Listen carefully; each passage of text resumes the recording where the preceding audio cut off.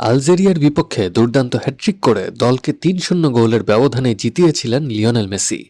Group পর্বের দ্বিতীয় ম্যাচে অস্ট্রিয়ার বিপক্ষে জোড়া গোল করেছেন আলবিলেস্তাদের নাম্বার 10।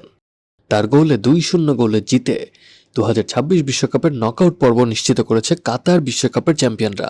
ডালাসে ইউরোপের প্রতিনিধি অস্ট্রিয়ার বিপক্ষে ম্যাচের শুরুতে এগিয়ে যাওয়ার সুযোগ পেয়েছিল আর্জেন্টিনা। ম্যাচের ৬ মিনিটে বক্সে ট্যাকলের শিকার হন লাউতারো মার্টিনেজ।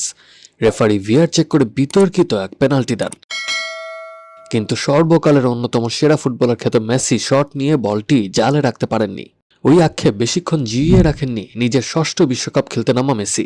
ম্যাচের ৩৮তম মিনিটে ফাকুন্দে মেডিনার বল ধরে বক্সের ঠিক মাঝ থেকে বাঁ পায়ের শটে বল জালে পাঠিয়ে দেন তিনি। ১-০ গোলের লিড নিয়ে প্রথমার্ধ শেষ করে আর্জেন্টিনা। ওই গোলে মেসি বিশ্বকাপের সর্বাধিক ১৭ গোলের রেকর্ড করেন, ভাঙেন জার্মানির বিশ্বকাপ জয়ী সাবেক স্ট্রাইকার মিরোস্লাভ ক্লোজের ১৬ গোলের রেকর্ড। ম্যাচ যখন মেসির একমাত্র গোলে শেষ হওয়ার অপেক্ষায়, তখনই নিজের ও দলের দ্বিতীয় এবং চলতি বিশ্বকাপে নিজের পঞ্চম গোল করেন ইন্টার মায়ামি তারকা। সর্বাধিক গোলের রেকর্ড বাড়িয়ে ১৮তে নেন ৮টি ব্যালন ডিওর জয়ী সর্বজয়ী এই ফুটবলার।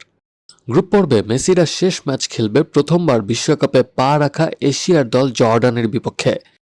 লিওনেল স্ক্যালোনির শিষ্যরা, বিশেষ করে মেসি যে ফর্মে আছেন, ওই ম্যাচে বড় জয় নিশ্চিত করে গ্রুপ সেরা হয়ে শেষ ৩২-এ পা রাখার পথ অনেকটাই পরিষ্কার আকাশি সাদা জার্সির দলটির।